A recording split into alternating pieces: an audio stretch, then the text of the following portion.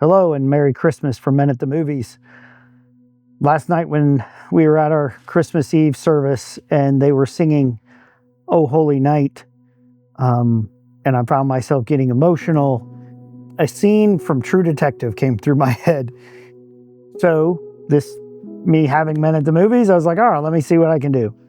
And so I wanted to play a clip, and it's from the last episode of the first season, where Russ and Marty have been spent the whole time, sometimes fighting with each other, definitely fighting the bad guys. And they get to the end, they get the lowercase bad guy. They get the sort of the pervert who's been the operations guy. They get the manager, right? But they don't get the CEO. They don't get the director. They realize that their whole experience in this, what they saw in the first season, was just a small piece of the pie. And they're feeling pretty discouraged. And there was something in this, and after going through 8 episodes of dark and crazy and struggle and frustration and hurt and betrayal and all these things, they find themselves in this moment. And so I wanted to play that clip and then talk about why that means something here during Christmas.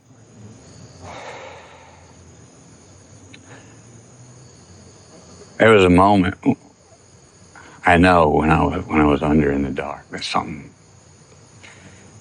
whatever I'd been reduced to, not even consciousness, it was a vague awareness in the dark. And I could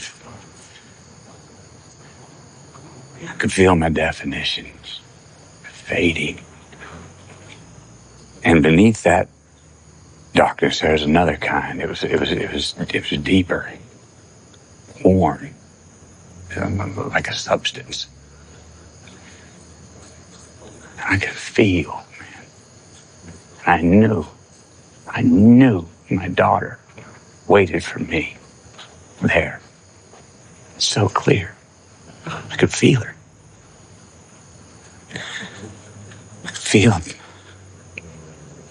I could feel a piece of my pop too. It was like I was a part of everything that I ever loved. And we were all, the three of us, just fading out. And all I had to do was let go. And I did. I said, darkness, yeah. And I disappeared. But I could still feel her love there. Even more than before. Nothing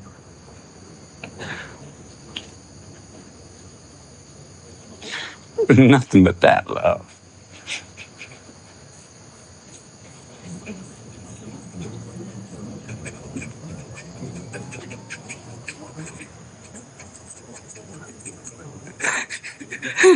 Then I woke up.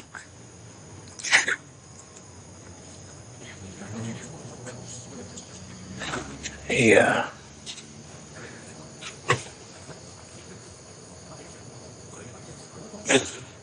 Didn't you tell me one time at dinner, once maybe, about you used to make up stories about the stars? Yeah, I was in Alaska, under the night skies. Yeah, you used to lay there and look up. Yeah, at the stars. Yeah, you remember I never watched the TV till I was 17, so there wasn't much to fucking do out there besides walk around, explore. And look up at the stars and make up stories. Like what? I'll tell you, Marty, I've been up in that room looking out those windows every night here, thinking.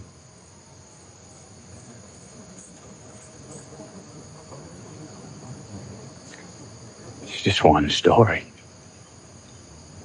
The oldest.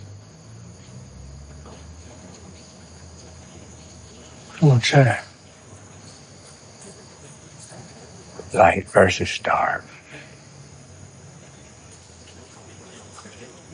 Well, I know we ain't in Alaska, but it appears to me that the dark has a lot more territory.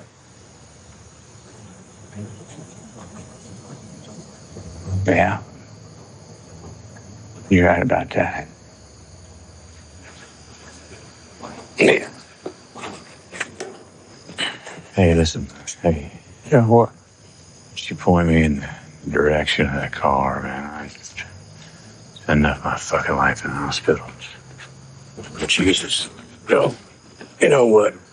I'd protest, but it occurs to me that you're unkillable. You want to go back, get clothes or anything?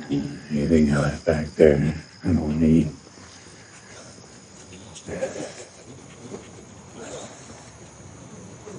You're looking at it wrong. That sky thing. How's that? I want to say it was only dark. Let me ask any lights winning. The light's winning. Talked to multiple people who look back on 2025, myself included, and say this was the hardest year we've ever experienced. And there were also some really good parts. And so when you get to a Christmas Eve time, and it's there, and it's in the dark, and there's candles, and you're listening to Oh Holy Night, and you're considering the year, and you're considering the people that you know that have suffered, and the things that have gone on in the world, and what you see in the news, and hearsay, and all the things, right? All the things. And it wasn't so different 2,000 years ago. And the words from Oh Holy Night that stick out are, long lay the world in sin and error pining, till he appeared, and the soul felt its worth. A thrill of hope, the weary world rejoices, for yonder breaks a new and glorious morn. And what response do we have from that this time where we're weary and all we see is brokenness and pain and heartache, and it feels like the darkness is winning? David felt the same way in the Psalms. How long, O Lord, will the evil triumph? Will they flourish while I suffer? And this year, I think of so many people who've lost loved ones, who are dealing with things harder than, like, you wouldn't want to put into words. You wouldn't wish it on somebody that you hated.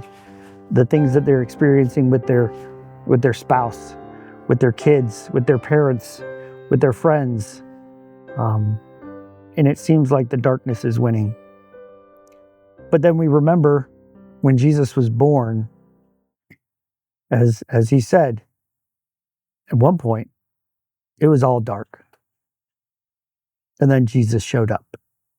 Like the beachhead at Normandy, the invasion happened.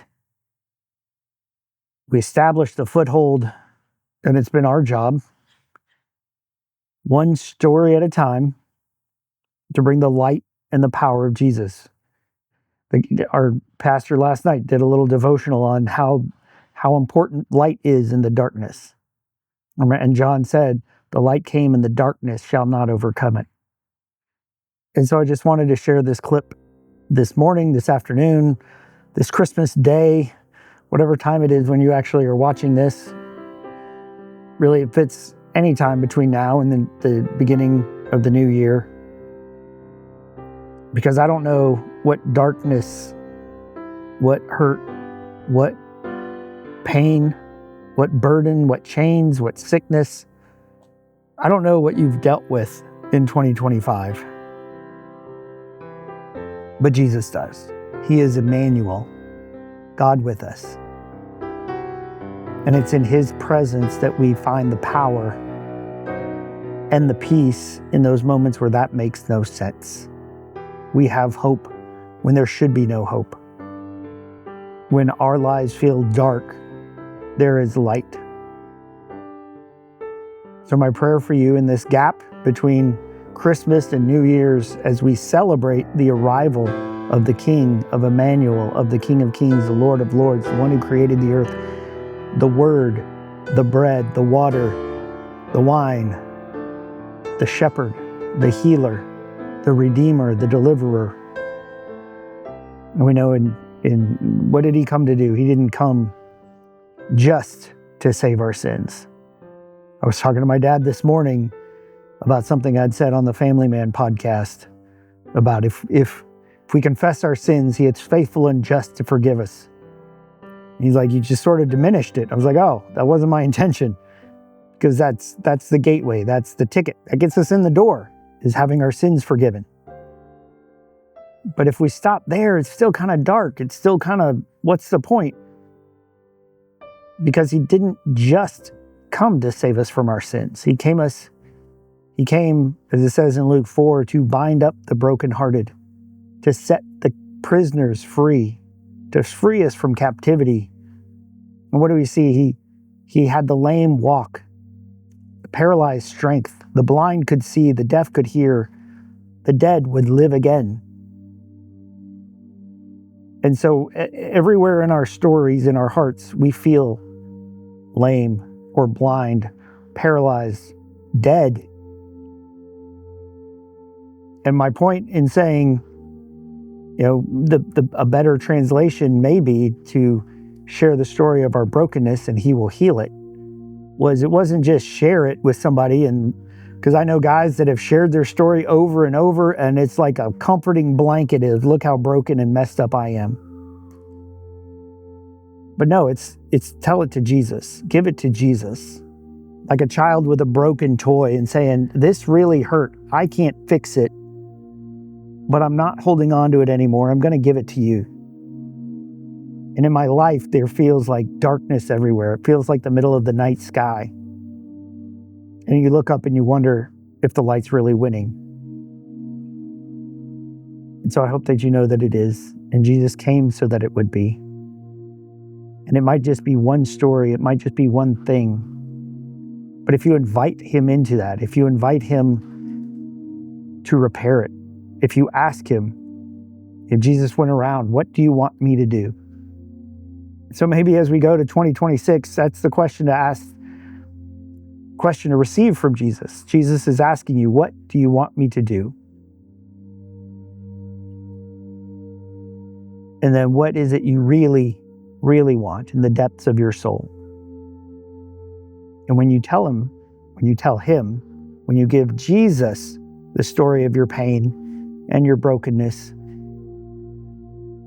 he will bind you up. He will heal your broken heart. He will comfort you. And that's why I'm sort of overwhelmed with Christmas Eve, because I think of the dark world we live in. I think of the dark story that I lived before Jesus entered my life. And every day has been more and more light. And I pray that that happens for you guys. So Merry Christmas, Happy New Year, and wherever you are, I pray that you remember that the light's winning.